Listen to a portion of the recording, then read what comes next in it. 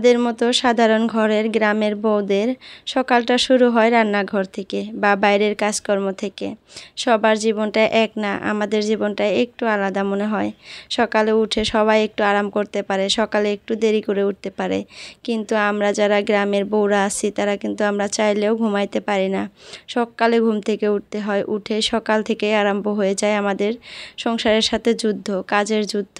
কোন কাজটা আগে করব, কোন কাজটা পরে করব, কোনটা আগে করলে খুব তাড়াতাড়ি হবে, কোন কাজটা একসাথে করলে তাড়াতাড়ি কাজ করে শেষ করতে পারবো, এই যুদ্ধ লেগে যায় আমাদের সাথে সংসারের। তো যাই হোক আপুরা, আসসালামু আলাইকুম আমার প্রিয় আপুরা, তোমরা কেমন আছো? আশা করতেছি ভালো আছো। আলহামদুলিল্লাহ, তোমাদের দোয়া এবং আল্লাহর অশেষ রহমতে আমিও ভালো আছি। নাজনীন ব্লগ চ্যানেলে আরও একটা নতুন ভিডিওর সাথে তোমাদের সবাইকে স্বাগত জানাইতেছি। আশা করতেছি আজকের ভিডিওটা তোমাদের কাছে ভালো লাগবে। যদি ভালো লাগে প্লিজ একটা লাইক দিয়ে আমার পুরো ভিডিওটার পাশে থেকো। তো দেখো, সকালে ঘুম থেকে উঠে একটু করে মুখটা খালি ধুয়ে নিচ্ছি, ধুয়ে দেখো রান্নাঘরে চলে আসছি। এই যে ব্যস্ততা, এই যে কাজকর্ম, এগুলা করতে করতে না কেমন জানি এখন অনেকটাই মনে হয় যে নিজেকে অশান্তি ফিল হয়, মানে নিজেকে একটু বিশ্রাম দিতে ইচ্ছা করে, নিজেকে একটা দিন একটু আরাম দিতে ইচ্ছা করে, কিন্তু পারি না। বাধ্যতা, এগুলো করতেই হবে।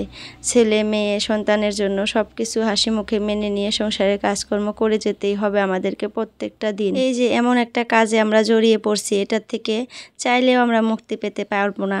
যতদিন বেঁচে থাকবো আছে এইভাবে যুদ্ধ। তো যাই হোক, সকালে উঠে দেখো রান্নার জন্য কুমড় কেটে নিয়েছিলাম। এই পাকা কুমড়টা আমার হাজব্যান্ড কালকা গুয়াহাটি থেকে নিয়ে আসছিল। আর কুমড়টা এত ভালো, কি বলবো আপুরা, এত বাসনা, এত সেন্ট, মানে ভোগ ভোগ একটা সেন্ট। এইরকম কুমড় হয়তো আমরা এখানে খাই না, মানে অল্প লম্বা সাইজের কুমড়টা আর ছোট ছোট বিচি। আর রান্না করার সময় না এত সুন্দর একটা স্মেল বের হয়েছিল, গন্ধ বের হয়েছিল, কি বলবো। তো খাওয়ার সময় কেমন লাগবে জানি না। তো যাই হোক, দেখো সকালের খাবারের জন্য আমি রুটি করে নিলাম, কিন্তু এই পাশে দেখো রুটিগুলা করে নিলাম, আর ওই পাশে দেখো আমি সবজিটা বসিয়ে দিলাম। এত তাড়াতাড়ি কাজকর্ম করতেছি কারণ কি জানো, আমার মেয়ে যদি উঠে পড়ে একদমই থাকতে চায় না। 2 দিন থেকে অনেকটা শরীরটা খারাপ, জ্বর, তার উপরে আবার ছেলেটার মানে পরীক্ষা শুরু হয়ে যাবে কালকার থেকে। ছেলেটার পড়াশোনা নিয়ে আমি অনেক ব্যস্ত আছি আপুরা, অনেক কষ্ট করে তোমাদের সাথে আমি ভিডিও শেয়ার করতেছি। তার উপরে আমার মোবাইলে কী যে হয়েছে জানি না আপুরা, মোবাইলের মধ্যে স্পেস নাই, ভিডিও করতে পারি না, তারপরে এমবি থাকে না, খালি এমবি শেষ হয়ে যায়, মানে অনেক ভাইরাস ঢুকে গেছে মোবাইলের ভিতরে। আর আমাদের এই জায়গাটায় মানে 5G পায় না। তো কালকে রেজিয়া আপু আমাকে কমেন্টে বলছিল যে আপু তোমার মোবাইলে কেন এমবি শেষ হয়, তোমাদের ওইখানে কি 5G পায় না? আসলে আমাদের এখানে 5G পায় না। তো মানে আমাদের বাড়ির ভিতরটাতে আর কি, এই জায়গাটাতে আর কি 5G পায় না, হাই রোডে গেলে 5G পায়। তো আমাদের বাড়িটা কিন্তু হাই রোড থেকে প্রায় 1 কিলোমিটার বা 2 কিলোমিটার ভিতরে। তো যাই হোক, আমার হাজব্যান্ড যখন শপে থাকে তার মোবাইলে কিন্তু 5G পায়। তো তার মোবাইলে কিন্তু একটু এমবি শেষ হয় না, কিন্তু আমার মোবাইলটা ইদানিং এমন হয়েছে মানে এমবি রাখতেই পারি না। সকালে ঘুম থেকে উঠে যদি মোবাইলটা হাতে নেই দেখবো 100% চলে গেছে। তো তারপরে কিভাবে ভিডিও আপলোড করব, কিভাবে কি করব, কার ভিডিও দেখব, কোনো আপুর ভিডিও দেখতে পারি না ওই মোবাইলটা দিয়ে। তো কালকা কিন্তু আমি নতুন মোবাইলটা দিয়ে ভিডিও দিছিলাম তোমাদের সাথে, কেউই বুঝতে না পারলেও রেজিয়া আপু বুঝতে পারছে। রেজিয়া আপু আমাকে কমেন্টে বলছে যে আপু তুমি নতুন মোবাইলটা দিয়ে আজকে ভিডিও করছো আর ভিডিওতে ফিল্টার লাগাইছো। আসলে আপু আমি কিন্তু ভিডিওতে ফিল্টার লাগাই নাই, ভিডিওটার মানে ক্যামেরাটার কোয়ালিটি ওইরকম মানে চকচকা দেখা যায়।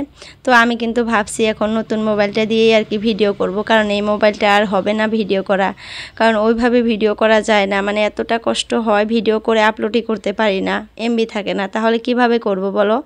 আর ওই মোবাইলের সাথে যেটাই ওয়াইফাই মানে কানেক্ট করি, যেই মোবাইলেরই যদি ওয়াইফাই কানেক্ট করে দেই দেখা যায় 10 মিনিটের মধ্যে ওই মোবাইলটারও মানে এমবি শেষ হয়ে যায়, মানে এত পরিমাণে ভাইরাস ঢুকে গেছে।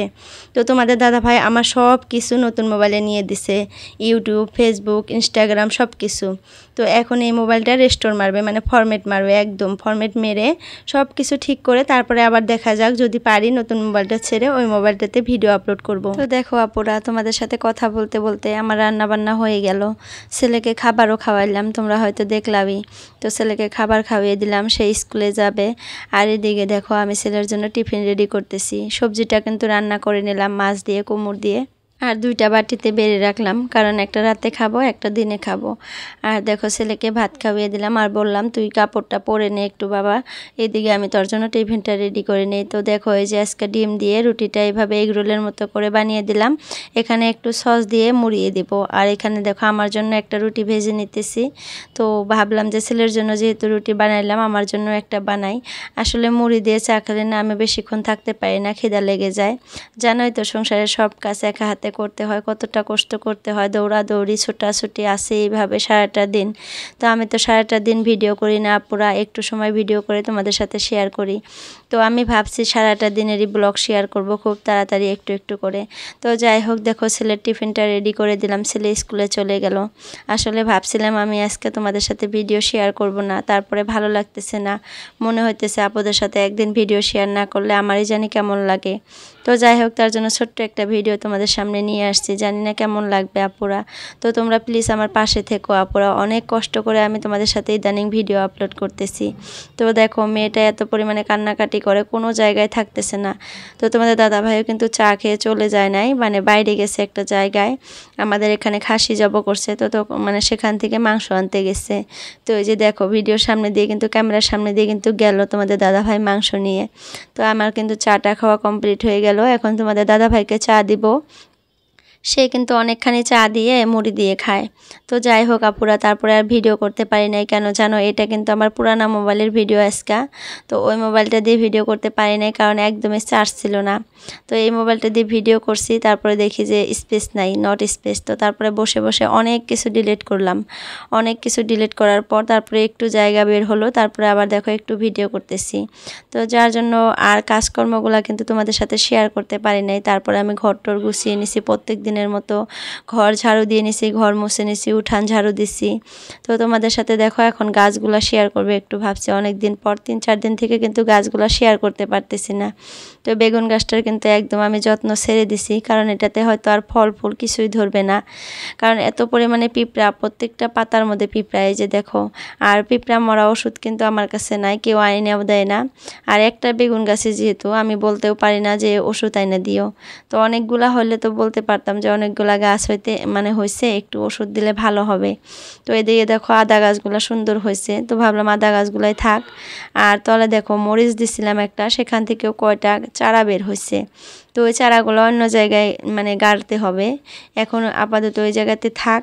তো এদিকে দেখো চলে আসলাম, এইখানে দেখো কি সুন্দর করে বেড়া দিয়ে দিচ্ছি আমি, দেখছো অনেকখানি জায়গা জুড়ে বেড়া দিছি। আর এই ভিতরে কিন্তু গাছগুলো রাখছি।